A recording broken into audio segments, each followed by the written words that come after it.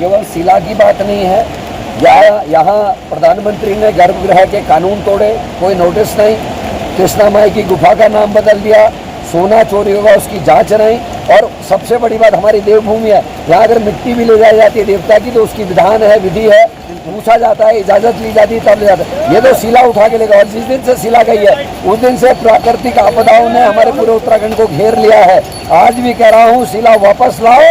और मैं बाबा केदार और भैरव जी से प्रार्थना करता हूँ, जिन्होंने जगन्नाथ अपराध किया है उनको दंडित होना चाहिए, इन बच्चों को दंडित नहीं होना चाहिए। महाराज, उन पर दया करो, उनको दंडित करो। केदारनाथ धाम से जुड़े कई मुद्दों को उठाकर कांग्रेस की केदारनाथ प्रतिष्ठा रक्षा यात्रा बाबा केदार के दरबार में पहुंच चुकी है, लेकिन इसके साथ ही यात्रा को लेकर अब कई सवाल भी उठने लगे हैं और वो सवाल कांग्रेस की अंदरूनी राजनीति से जुड़े हुए हैं।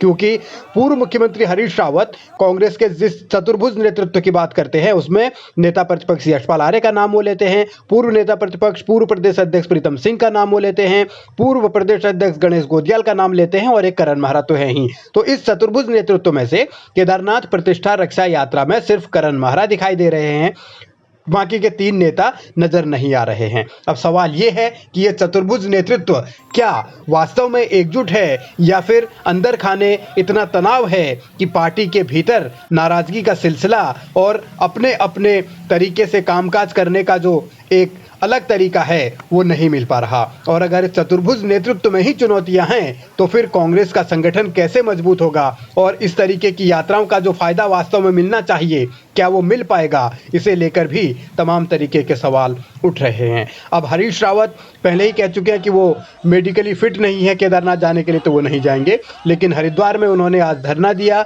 उसके अलावा पद यात्रा की। कानून व्यवस्था के मुद्दे पर हरीश रावत धरने पर बैठे रहे हरिद्वार में और ये सिलसिला बतलाता है कि क्या कांग्रेस के भीतर चाहे चतुर्भुज नेतृत्व हो या फिर सबसे सीनियर लीडर हो, क्या वहाँ कोई अनबन है, क्या खटपट है या फिर ये एक अलग तरीके की रणनीति के साथ कांग्रेस काम कर रही है। लेकिन इतना साफ है कि अगर एकजुट दिख नहीं रहे हैं तो फिर बहुत सारी बातें होना लाजमी है और राजनीतिक दलों के भीतर एकजुटता हो न हो उसका दिखना ज़्यादा ज़रूरी होता है और कांग्रेस में फिलहाल इस बार वो दिख नहीं रहा है। केदारनाथ उपचुनाव से पहले इस तरीके की चीज़ें होना क्या कांग्रेस के लिए नई चुनौती का आगाज़ है और क्या कांग्रेस केदारनाथ में एकजुट हो पाएगी, ये सवाल भी उठना लाजमी है। क्योंकि अंदर खाने टकराव की खबरें बार बार आती रहती हैं और वो टकराव किस रूप में होता है, किस तरीके से होता है, वो कई बार नेताओं के बयानों में झलकता है तो कई बार नेताओं की प्रतिक्रियाओं में झलकता है, यानी नेता किस तरीके से काम कर रहे हैं। और अभी 9 अगस्त को जब यशपाल आर्य की अगुवाई में प्रदर्शन हुआ था तब तमाम कांग्रेसी एकजुट हुए थे, लेकिन प्रतिष्ठा यात्रा में एकजुट ना होना ये नए तरीके की सियासी संकेत दे रहा है।